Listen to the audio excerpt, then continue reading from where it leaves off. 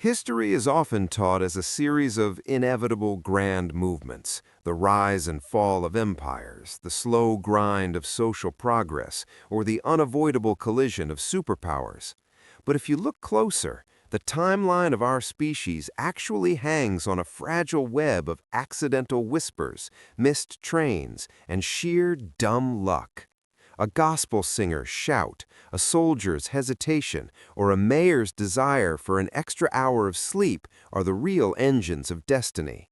We like to think the world is run by master plans, but these are 10 moments where the entire future of the planet was rewritten by people who had absolutely no idea they were holding the pen. Number 1. The dream that wasn't in the script. On August 28, 1963, the air in Washington, D.C. was thick with the weight of 250,000 souls gathered at the Lincoln Memorial. Martin Luther King Jr. stood at the podium, carrying a speech titled "Normalcy, Never Again." It was a solid, professional, and intellectually rigorous text. He spoke of promissory notes and checks marked insufficient funds. It was a great speech for a policy debate, but it wasn't the lightning bolt the movement needed. It was essentially forgettable. Standing just behind him was the Queen of Gospel, Mahalia Jackson. She had heard King preach at smaller churches in Detroit and Chicago, and she knew he was holding back. She knew he had a riff, a dream sequence that could move mountains.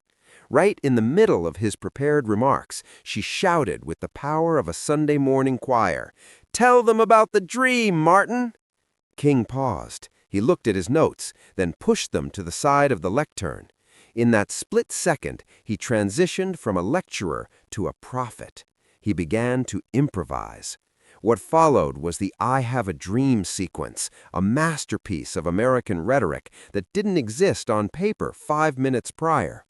If Mahalia Jackson hadn't broken protocol to heckle the greatest orator of the century, the civil rights movement might have lacked its defining anthem, and the moral arc of the universe might have bent a lot more slowly.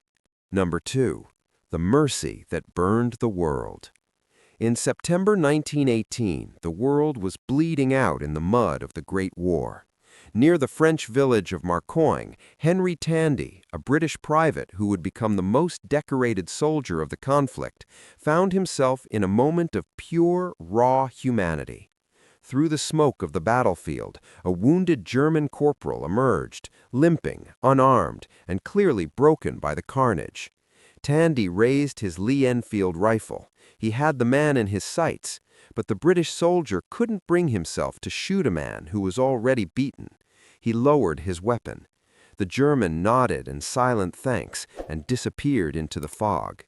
That man was 29-year-old Adolf Hitler. Decades later, Tandy saw the newsreels of the Blitz and the Holocaust. He realized that his one act of individual mercy had inadvertently paved the way for the most systematic slaughter in human history. He lived the rest of his life haunted by a single thought: if only I had known. It is the ultimate paradox of history that a man's best quality, his compassion, could lead to the world's greatest evil. Number 3. The mayor who slept through the apocalypse. In the early hours of September 2nd, 1666, London was a tinderbox of wooden houses and narrow alleys.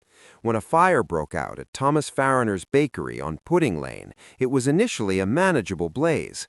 The Lord Mayor of London, Thomas Bloodworth, was woken from his sleep and brought to the scene. He looked at the flickering flames, annoyed at the interruption to his rest, and uttered the most famous dismissive line in urban history: "Pish! A woman might piss it out." He went back to bed, refusing to order the demolition of nearby houses to create a fire break. By the time he woke up, the pish had become a firestorm. Over the next 3 days, 13,200 houses, 87 parish churches, and the original St. Paul's Cathedral were reduced to ash. The Great Fire of London didn't just burn buildings, it ended the medieval era of the city and forced a total architectural rebirth, all because a man in power valued his blankets more than his duty. Number 4. the hangover that saved a comedy empire. Seth MacFarlane, the creator of Family Guy, owes his life to a night of heavy drinking and a disorganized travel agent. On the morning of September 11, 2001, he was scheduled to be on American Airlines Flight 11 from Boston to Los Angeles. However, a late night out left him nursing a severe hangover, and his travel agent had accidentally told him the flight departed 15 minutes later than it actually did. MacFarlane arrived at the gate just as the doors were closing. He was denied boarding. He sat in the terminal, frustrated and complaining about his luck, until he watched the news of his intended flight striking the North Tower of the World Trade Center. Had he been a more responsible traveler, or had his agent been more precise, the landscape of modern adult animation, from Family Guy to Adam Dad, would never have existed. The margin between a global career and a tragic footnote was a single missed alarm. Number 5. The man who accidentally opened the Iron Curtain. The Berlin Wall didn't fall because of a grand military strategy or a heroic charge. It fell because of a bumbled press conference. On November 9, 1989, East German official Günter Schabowski was handed a set of notes about new, slightly relaxed travel regulations. He hadn't attended the briefing. He hadn't read the fine print. When a reporter asked when the new rules would take effect, Schabowski shuffled his papers, looked confused, and mumbled, "As far as I know, effective immediately, without delay." He was supposed to say, "starting tomorrow," with a formal application process. Instead, his mistake acted as a starting pistol. Thousands of East Berliners rushed the checkpoints. The guards, having no orders to shoot and seeing the chaos on live TV, simply opened the gates. The Cold War effectively ended that night because one bureaucrat didn't do his homework. Number 6. The stubbornness of the Leaning Tower. When the Tower of Pisa began to tilt in 1178, the engineers had a choice: admit failure, stabilize the ground, or start over. They chose option D: keep going and hope for the best. As they reached the third floor, the tower sank into the soft, silty soil. Instead of fixing the foundation, they decided to build the remaining floors taller on one side to straighten it out. The result was a building that isn't just leaning, it's actually curved like a banana. Construction was halted for nearly a century by various wars, which ironically allowed the soil to compress enough to prevent the tower from falling over entirely. If the medieval builders had been competent, Pisa would have a perfectly straight, boring bell tower that no one would visit. Instead, their refusal to admit a mistake created one of the most profitable tourist blunders in the history of architecture. Number 7.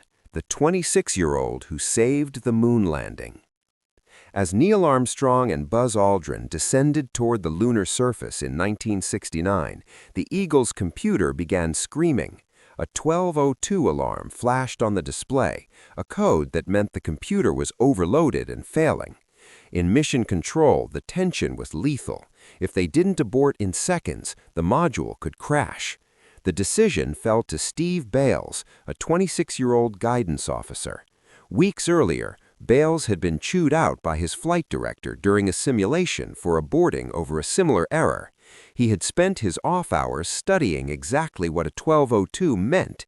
He realized as long as the alarm was intermittent, the computer was just clearing low-priority tasks to focus on the landing. He took a breath and shouted, "Go." Had he hesitated, the first moon landing would have been aborted, and the space race might have ended in a humiliating retreat rather than a giant leap. Number 8. The ancient nap that saved Rome. In 216 BC, Hannibal Barca achieved the impossible. At the Battle of Cannae, he surrounded and slaughtered 50,000 Roman soldiers in a single afternoon. Rome was defenseless. The gates were essentially open. Hannibal's cavalry commander, Maharbal, begged him to march immediately, promising they could be dining in the Roman capital within 5 days. Hannibal, cautious and wanting to rest his exhausted troops, decided to wait. He believed Rome would sue for peace. They didn't. Instead, Rome used the breathing room to draft every male over 17, including slaves and criminals, to rebuild their legions. Hannibal never got another chance to take the city. By choosing a moment of rest over a final strike, Hannibal ensured that Rome would survive to become an empire rather than a footnote of Carthage. Number 9. The theft that made a masterpiece. Before 1911, the Mona Lisa was just another painting in the Louvre. It wasn't the most famous, it wasn't the most valuable. That changed when Vincenzo Peruggia, a handyman, hid in a broom closet, tucked the painting under his smock, and walked out. The ensuing media circus, the first truly global missing person story for an object, turned the Mona Lisa into a celebrity. If Peruggia had stolen a different painting, or if security had caught him at the door, the Mona Lisa would likely be a quiet, overlooked portrait in a back gallery today. Our modern concept of a masterpiece was created by a spontaneous act of larceny. Number 10. The lost key of the Titanic. The Titanic was the unsinkable pinnacle of human engineering, but it was defeated by a small brass key. Right before the maiden voyage, the White Star Line shuffled the crew. David Blair, the second officer, was bumped from the ship at the last minute. In his rush to pack, he accidentally kept the key to a locker on the bridge in his pocket. Inside that locker were the only pairs of high-powered binoculars meant for the lookouts in the crow's nest. For the entire voyage, the lookouts had to rely on their naked eyes. During his testimony at the inquiry, lookout Frederick Fleet was asked if binoculars would have helped. He replied, "We could have seen the iceberg sooner, enough to get out of the way." One man's pocketed key resulted in the most famous maritime disaster in history. We live in the echoes of these tiny moments. Our language, our borders, and our very lives are the result of individuals making split-second choices they didn't fully understand. History isn't a straight line, it's a series of what-ifs that happen to go one way instead of the other. If you enjoyed this dive into the accidents that built the world, make sure to like and subscribe. It only takes a second to hit that button. And as we've seen today, a single second can change everything. See you in the next one.